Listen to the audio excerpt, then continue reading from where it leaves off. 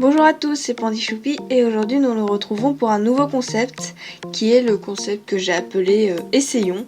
Le but est de me faire sortir de ma zone de confort, c'est-à-dire me faire tester de nouvelles choses. Ça peut être du matos de dessin, de nouvelles techniques, dessiner des choses que je ne dessine pas habituellement. Bref, il y a plein de possibilités. Et le thème que j'ai décidé d'aborder aujourd'hui, c'est la calligraphie chinoise et le dessin à l'encre de Chine, vu que je me suis dit, j'ai sorti le matos, autant y aller à fond. Dans tous les cas, j'espère que votre confinement se passe bien. Moi, à force de rester enfermée chez moi, j'ai décidé de déplacer mon matériel de calligraphie sur le balcon. J'ai de la chance d'avoir un balcon assez spacieux, donc je peux mettre une table. Je vais tout d'abord vous présenter ce que j'utilise pour faire de la calligraphie. Bon, il y a logiquement le pinceau de calligraphie. Je pense que vous l'avez remarqué, mais on ne le tient pas comme on tiendrait un stylo, c'est une prise en main différente, il faut prendre l'habitude, c'est comme ça. Là on a mon premier pinceau de calligraphie qu'on m'a offert quand j'avais 6 ans, un truc comme ça. Il y a aussi le récipient. Cette roche, en gros c'est une roche pour faire l'encre de Chine. Le principe est de mettre de l'eau dans le récipient et de frotter la roche contre le récipient jusqu'à obtenir de l'encre. Ça prend énormément de temps. Donc ce que j'ai acheté pour éviter de perdre 30 minutes, c'est de l'encre de Chine liquide en fait, hein. Un truc tout basique.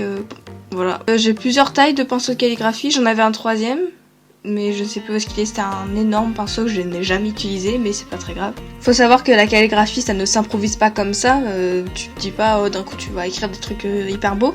J'ai quand même des livres de référence, un peu comme le dessin en fait, faut prendre des références et puis s'entraîner pour acquérir de l'expérience. Donc j'ai 2 livres, avec des styles d'écriture différents, parce que oui aussi il y a des styles différents. On me les a offerts les deux, j'étais très contente quand je les ai reçus. Le deuxième est plus sympa parce que il nous apprend plus précisément comment faire chaque trait. Il y a les étapes et tout, je trouve ça sympa. Au début, il y a les étapes et vers la fin, c'est des caractères que tu dois essayer de reproduire toi-même. Et encore mieux, c'est que avec les cases, tu peux te repérer pour avoir les bonnes proportions du caractère. C'est très compliqué, mais faut prendre la main. La première fois que j'ai essayé la calligraphie chinoise, c'était quand j'étais très très jeune, genre dans mon enfance. Mon père avait acheté mon premier pinceau et voulait s'entraîner à faire de la calligraphie, ce qu'il n'a jamais fait. Du coup, il me l'a donné. On n'avait même pas le papier spécial pour écrire dessus. D'ailleurs, oui, il y a un papier spécial parce que tu prends pas ton papier d'imprimante pour faire de la calligraphie dessus. Ça ne marche pas comme ça. Je me souviens qu'à l'époque, il me l'avait acheté pour m'entraîner à écrire en chinois. Parce que mon écriture en chinois n'est pas très très belle, donc il voulait m'apprendre à écrire plus joliment.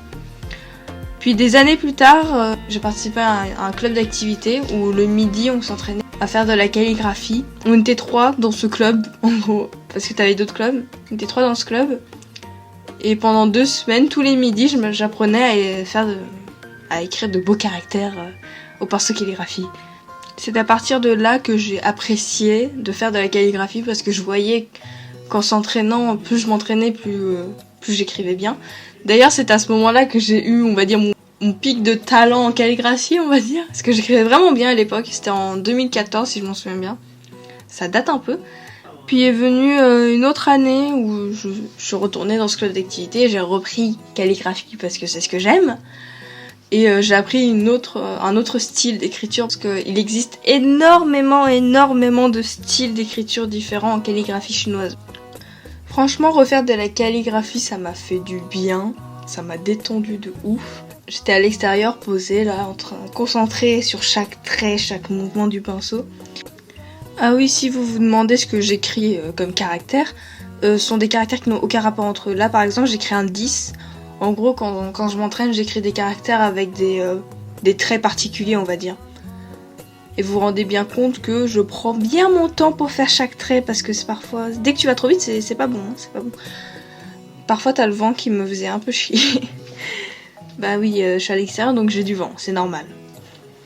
Donc voilà ce que ça donne, ma page finale, c'est-à-dire quand j'ai tout rempli. Je crois que j'ai dû prendre 10 minutes à écrire tout ça. On se dit mais t'as pris du temps? Bah oui, il faut prendre du temps. Maintenant passons au thème principal de ma chaîne, c'est-à-dire le dessin. Donc j'ai eu l'idée en sortant mon pinceau de calligraphie, j'ai revu, j'ai fait ah tiens si je faisais du dessin à l'encre de Chine. Donc j'ai demandé sur Instagram des propositions de dessins. J'ai eu une fontaine. Bon, j'ai eu pas mal de propositions, hein, vraiment merci les gens. Mais parfois c'était un peu abusé, hein, dont une certaine personne qui m'a demandé de faire un Père Noël qui surfait avec des requins portant des lunettes de soleil. Bon, clairement pour dire que je ne l'ai pas fait.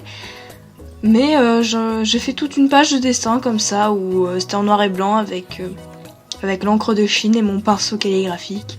Je vous laisse apprécier ce petit moment de douceur et de détente.